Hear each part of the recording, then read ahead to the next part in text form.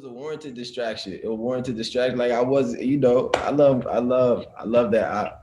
I want to say too much. I'm like, what can I say? It's my girlfriend right here. You feel me? Welcome to the Build on Beauty podcast, where beauty is born skin deep. Now, here's your host, author, speaker, entrepreneur, Cornell Jermaine. Thank you for joining me. I have a special guest. He is a model, actor, film director, and producer in his own right, social entrepreneur, and star of OWN's hit dramatic series, Queen Sugar. Please help me welcome my Ghanaian-American brother, Kofi Siriboe. Kofi, how you doing, man? Well, man, thank you for having me. Awesome. Listen, I've been making it my practice ever since this whole, this global pandemic has been going on to always open my interviews with, how's everything been? How's your family? So I'm going to extend that to you. How's everyone in this crazy, volatile climate? How is everyone? I appreciate that, first of all, but everybody's great, man. You know, the family's great, moms and pops. They've been working out. They've been taking like little couple walks around the neighborhood. My bros are straight. Everybody's good, you know, and I think mentally we're at the other side of what the pandemic has presented. I think it was just like, you know, it was a real journey, just sitting with ourselves for 6 months and not really having a guarantee of a return to normalcy, and being honest, challenging what we consider normal simply because we're in the situation we were in. But everybody good. Everybody's normalizing COVID at this point. You know, it's like, it is what it is. Like life continues, you know? Yeah, you're so right. Normalizing COVID, it's kind of become the mask, and social distance has become just a way of life now. I remember when I found out, I had heard rumblings about COVID and the pandemic, but when I really knew this was serious was when the manager of our office came and said, "Hey, we have to shut it down. We working from home." Right. And I'm like, what? And it was abrupt, like just all of a sudden. It was no memo that came out. And I was like, okay, what's going on? It was something similar. We started filming season 5. We shot the first episode that week. And the next week, it was just like, yeah, so we're going to take a pause and we'll be back in April. Yeah, come September, you know what I'm saying? We was back for real, you know. And you know, I mean, I've been on sets, productions, they don't like to stop nothing. At all, you know, so if they stop and you know it's real. It's like real, you know. It's real. So you've been acting since you were 5. I was shocked to hear that. How did you know you had this gift? Man, honestly, it was organic. You know, it was never identified as a gift for me, at least. But even knowing the story of how we got into it, my mom, I think the gift is my mom walking around with these 3, you know, boys, you know, her little 5'3" self, 3 African boys in LA. You know, people always were like, your kids should be on the commercials and the TV, you know what I'm saying? So she actually followed up with that. And, you know, over time, we just, you know, overly valued the outreach that was possible through a forum like Hollywood, despite all of the craziness of the environment, the nature of the environment. But I didn't know, you know, and I can't even say that I'm one of those actors who's like a thespian, you know what I'm saying? Like, and that's not me being funny, but it's just like, I really just love people, you know what I'm saying? And I really, and I mean that deeply. So like, that's the fuel. That's where my passion comes from. It's just my love of like people and like outreach. So good. Many, and I know the ladies definitely can identify, remember you from the breakout role in Girls Trip. And it's kind of like when you're an artist and you have that hit song, and it's like you do 20 albums, but everybody go back to that one song. Right. but we have to cover that a little bit. Girls Trip, you played the love interest for the beautiful and amazing Jada Pinkett Smith. I have to ask, were you nervous at all? Absolutely. Like, and I mean, I think the nerves naturally just excitement, you know what I'm saying? Because it's like, I'm excited. Like, this is, as Jada P, you know, as the legend, you know, as Will Smith's wife, like, you know, being a young, I'm like, that's Will Smith's wife, you know what I'm saying? Just, it's like, but that's Jada, man, you know? So I was just grateful. I was honored. I was like, I'm gonna make sure my breath don't stink, you know what I'm saying? I'm gonna just be on point. I'm gonna just make sure I do what I gotta do. So I make sure the movie fire, you know. Nah, but it was just, that's some surreal stuff right there. It was yeah. Yeah. In the infamous scene, I imagine it was like, okay, I got to stand up. You know what I mean? You got to make sure you was tight and right. Oh, I mean, of course. Of course. I was out here in New Orleans in the heat in the middle of July. I was running. I ran into Will Packer one day. I was running and there was like Essence going on. So I ran past the Dome, and it was like early. This was 2016, my first year in New Orleans. So I ain't know where I was. I didn't, you know, I wasn't worried about nothing. Nobody was worried about me. Like I was still anonymous, but I remember running to Will. I was like, I'm gonna see you on set. You see, I'm getting right. You know what I'm saying? I'm taking it serious. You know? But, yeah. That's so beautiful. That's so beautiful. It's needless to say that ladies have looked at you in a whole different light since that movie. And I have to ask, because entertainment can put so many emphasis on physicality. I'm wondering, has that become a distraction for you at all? And if so, how do you manage? That's a great question. I don't feel like nobody ever asked me that. But it definitely has, but like a warranted distraction. You know, I felt like just with the whole fame stuff in general, I felt like it really happened for me quick, even though I'm from LA and like I've been around a lot, you know, when it's happening to you, the way it was happening to me and kind of Girls Trip, it just all kept happening. That being said, it was a warranted distraction. It was a warranted distraction. Like I was, you know, I love that. I want to say too much. I'm like, what can I say? you can be open, free. Nah, but on the real, bro, because you asked the real question. And like, you know, people always say, are you like, is the sex symbol, da da da? I don't lean into that because that was never my come from. Like I was always an actor, and like I told you, like even with that, I'm a people person. So I just do it because I love it. You know what I'm saying? So it's like I'm like, yo, I got a brain. Like you know, Queen Sugar is a show where like, you know, I really get to emote. You get to really see the, like, you know, the dimension of me as a human being. And it's like, you know, it comes with the territory. You know what I'm saying? Like it comes with the territory. I think more than anything, I just got to remember that that's not my identity. And that's not something that I have to keep up with. I feel like that's what I've seen in the past. I've seen people I've looked up to felt like they had to keep up to that or be limited to that. And it's like, man, I'm such an artist and such a full human. You know, I just got to be that. You know what I'm saying? I just got to be myself and just remember, you know, that's just a part of it. You know what I'm saying? So, yeah. Absolutely. You mentioned Queen Sugar and you play the young man character, Ralph. What's Ralph's last name? Ralph Angel. That's right, Ralph Angel. I got to go back to that audition when you were called into the room. What was that experience like for you? Man, I remember like yesterday. It was simple because it was just Aisha and Ava initially. It wasn't like I've been in rooms where it's like 8 people, etc. But it was just those 2 ladies, you know, and it was just me, you know. And I just remember being so locked in, like I wasn't even talking. I wouldn't even really look at Ava like that. Like I was just so locked into the character. And like after the read, she was like, so now tell me about you. Like, who are you? Like, who is this person who just walked into the room? And that's kind of where our relationship began. And like, I love Ava for not making me jump through hoops. You know, she saw me, she believed in me. You know what I'm saying? And she signed off on it. And yeah, that's respect. I love her for that. Yeah, absolutely. Your character has such a huge responsibility as a Black young father. I'm curious, what has Ralph Angel taught Kofi Siriboe? Man, trust the process. You know, trust the process. You know, I feel like, again, being a young person coming to New Orleans, you know, to work on this project, it was such a big win for me as an actor. I auditioned my whole life, over 10 years.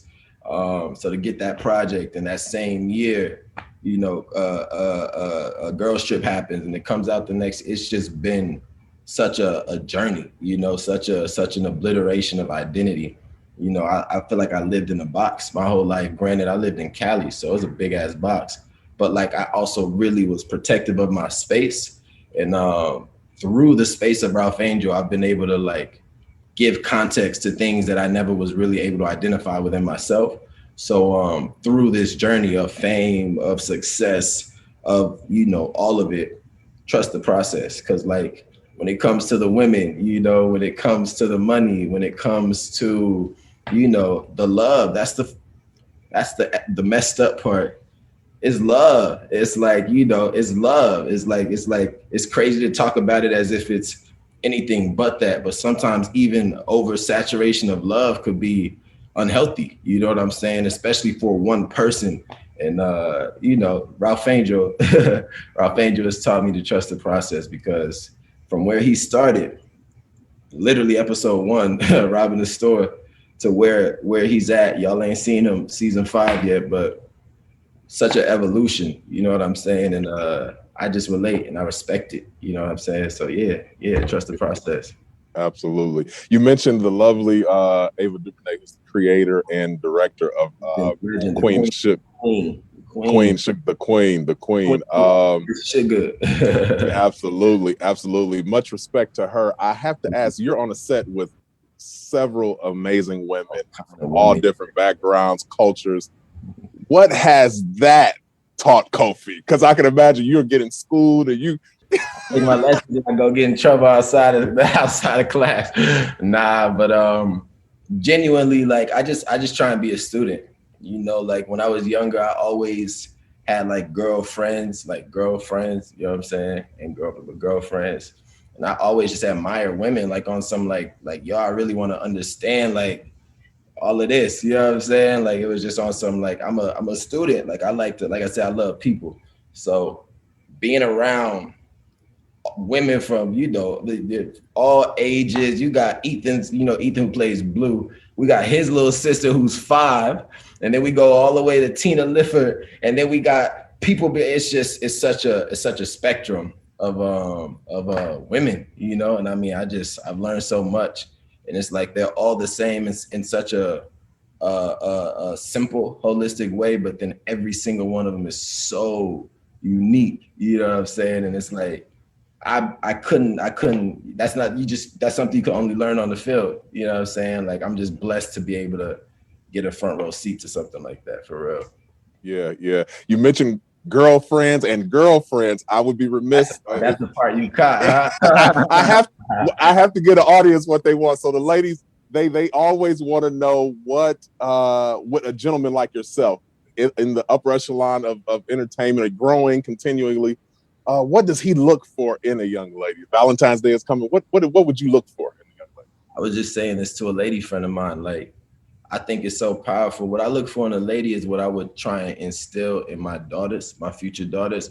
I just think it's something powerful about a woman who can communicate where she is, where she isn't, who she is, who she isn't, fluidly, without it being like a defense, but more so it not even being offensive, more so of just a fact of like, this is who I am, this is where I'm at, and this is why, if necessary, if that needs to be communicated. I think that's so respectable, because I feel like naturally women always like have to be what everybody else wants them to be. They're always playing a role, whether it's mom, whether it's sister, whether it's partner. But like when I've met women who just challenge me by being themselves, you know what I'm saying? Just because they're not easily swayed by none of it. You know what I'm saying? They really are just solid in who they are and where they are. That's a must. That's a must. But you have ambitions as a producer and director yourself. You worked on a couple of projects on your own. Give us some insight into those. My first project was Jump. You know, I made that 2016, fresh out of Queen Sugar. I was like, you know, I always wanted to make my own film, you know, and I wanted to shoot in New York. So I did that. But really what that journey taught me was just, it more so affirmed like, yo, I really love this. You know what I'm saying? During quarantine, I created a project called We're Not Kids Anymore. And it's it's a media lifestyle brand. And pretty much we're launching with like a virtual timeline, and it's going to be online. And it's a time capsule starting in like the year 2000 and to the present time. But it's just documenting all the things that's happened, like this information age, this technology, like advancement, like from the iPhones, the iPods, the computers, the Wikipedias, the PayPal, social media. I mean, don't get in a car with a stranger, then it's Uber, you know what I'm saying? It's just, it just keeps going. So yeah, I keep going. I'm just trying to stay creative and trying stay inspired and try and keep telling stories and keep connecting the dots, you know? Yeah, definitely. You mentioned telling stories, and you mentioned your film Jump. I have to bring that out because it talks about a very serious issue that we're dealing with in our culture now, and that's mental illness, even suicide prevention. Absolutely. Why was that message important for you? I mean, as you said, that's just where we are, you know what I'm saying, as a people. I feel like when I say that's where we are, we're like on the verge of freedom, you know, not a freedom that anybody could really like allot us, but more so freedom spatially, you know what I'm saying? We can't, basically they say you can't heal what you don't reveal. Like right now, there's so much coming to the surface due to the history of trauma we've experienced. We have a chance to really start fresh and reimagine ourselves, especially through the youth. You know what I'm saying? They don't have to embody and absorb all that trauma and not have somewhere to transmute it and put it. I think really taking this place that we are, you know, as a community and just like rethinking the conversation of mental health in general. I just think that term sounds like sick and clinical, you know what I'm saying? But taking it serious just because of what comes after. And it's like, after the pain comes the joy, you know? And it's like, there's so much joy on the other side of this for us. And it's right here. We've done the hard part. And this might seem hard, but it's just necessary. And it might be a little difficult, but it's necessary. So like, how do we support each other to do that healing, you know, as a community, as a culture? And I think the conversation around mental wellness and inner fitness is like, it's inevitable. It's here. It's happening. Absolutely. I just got had a tweetable moment for you. I love those. I'm writing it down. You said this might seem hard, but it's really just necessary. So I'm gonna make sure I quote you on that, because that's a powerful statement and one that we all need to remember. Listen, 2017 was 16 to 17 was such an amazing year for you. I'm wondering, retrospectively speaking, do you feel like you were ready for this fame and this level of recognition? I mean, I guess from being on the other side of it, how could you ever really be ready for God? You know what I'm saying? I guess the only way you can be ready for God is by being ready for God. So it's like, that's what I was ready for. I was ready to be used, and I was ready to be a vessel. And I wholeheartedly did that. Was I ready to learn about how crazy this world is, how much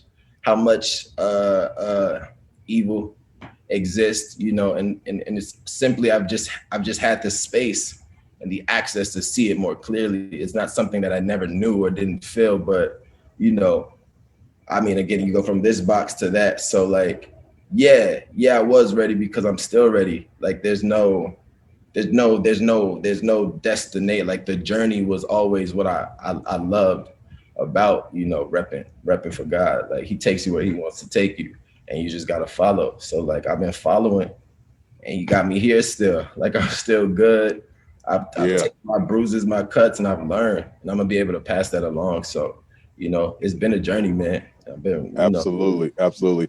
As mentioned before, you're Ghanaian American, and you had the awesome privilege of traveling back to the country for the first time, I believe, around the 2015-16 time frame. What was that experience like? Man, it was amazing. It was just a long time coming, you know, like being from Ghana, you know, or knowing I was from Ghana, being from Ghana, never being able to actually go back until I was, you know, 21, 22. It was, you know, it was beautiful at first, but then over time, I realized when I got back 2017, like just realizing how much I've been missing out on, you know, that didn't feel good. Like it feels good to like, oh, I did it. But then I always say it's the, and then what? It's like, all right, and then what? Now I went to Africa. Now what? Like, so I'm just supposed to just go back and just act regular. Like, why I could, like, it amplified a lot of disconnections and a lot of things that I never had context to, a lot of identity issues that I couldn't even identify. I just wondered why I was so repulsed to so much. And it's because they try and offer you these identities. And I'm just like, that's not, I'm cool. But like, I was like, but then like, who am I? What? You have those thoughts sometimes. And it's like, oh, okay, I know exactly who I am and why I don't know. fully who I am, but now I got to do the work again. I got to embrace the pain that comes with healing, because on the other side of that is Africa. It's a whole space of people who look like me, who are for me. And it's like, man, we have all the resources in the world. No complaining on this side. Absolutely. Well, I got a few years on you. I know I don't look like it, but I got a couple years on you. But I know, especially as young Black men, as we grow older in life, we tend to realize some of the things that our parents did and respect and honor the decisions they made, even though at the time it didn't feel good. Absolutely. And I know your parents being from Ghana, I have several African friends, and it's not uncommon for people to move from Africa to America for a better life for themselves and their family. But I wonder if you ever have thought or sat and thought to yourself what your life would have been like had they not made that shift. Have you ever had that moment? Absolutely. I've had that. That's been the core of these last 5 years, just like realization, appreciation, like yo, it's been a long journey, like their journey to America, just to have a better opportunity at raising their kids, only for their kids to try and get back home and take everything they've learned just so we could establish ourselves where we started. You know, that's some real magical shit, you know what I'm saying? Absolutely. You know, it's a pleasure talking to you, and you're a thoughtful, deep brother. I appreciate what you do. I want to go through a couple of moments that you've had on Twitter and just get a little context from what you said. On January 7th, 2019, you tweeted, "We don't know who we are till we fail." Give us some context on that. I mean, I guess I'll keep referencing these last 5 years just because that's that topic. But it's like, you know, I'll reference my first love. You know what I'm saying? Like, I remember her being like, she was my first love, but she had been in relationships before. She was older than me. You know, I was 7, you know, she was older than me, but I remember her being like, I'm not going to be your last. And I'm like, but does that mean I'm not going to have a first? It's like, I'm going to have a first, and like, you happen to be that, but this is the time we met. So that being said, I didn't know it then, but even that decision was me embracing what comes with life, which is attachment and detachment, you know, success and failure, like night and day, like up and down, like those are spiritual principles. So like, you can't live a life of security, pseudo security, trying to avoid pain, but then you're also avoiding growth. You're avoiding birth. I've never given birth to a baby, but that shit looked painful. You know what I'm saying? So yeah, you have to embrace the pain to some extent, run towards it, but also not be self-destructive, which is a balance. Because at the same time, you're like, I'm just pain, and it's like, all right, buddy, but like, like joy too, like be happy too. You know what I'm saying? So yeah, that's what I meant by that, man. So good. On April 2nd, 2019, you tweeted, "The broken shall be fixed to be broken again." My cryptic tweets, man. Yeah, but I noticed you tweeted that just maybe a few days after the tragic loss of Nipsey Hussle. Was that related in any way? I mean, definitely I was just in that space, but that's something that term that came to me in 2018. And again, same philosophy of like, I'm in a position of success, so it's very easy to identify everything I do, even when it's not dope, as success. And it's like, you gotta be able to be real with yourself. And it's like, I only got to this place through a lot of pain. You know what I'm saying? It wasn't all pretty. So like, in this place of security, due to like my financial security, and like I have a show, and there's this level of success and security that can kind of get in the way of like the natural process of growth. You know what I'm saying? Like, it's kind of like, you can't avoid life. So it's like, I'm not trying, my destination is not perfection. My destination is not to be fixed. Like the one of my favorite quotes is like, the cracks is how the light gets in. So it's like, stop trying to be perfect. And like, for me, that was a big weight off my shoulders. Like, give all your imperfections to God. Like, let him hold that. Focus on being human, because that's what you are, and use your spirit to guide you, because that's what you are. But like, not being human, like, God already knows you're not perfect. you're not supposed to be. So like, don't trivialize yourself. Like, again, like, you will be fixed, and you will be. It's a cycle.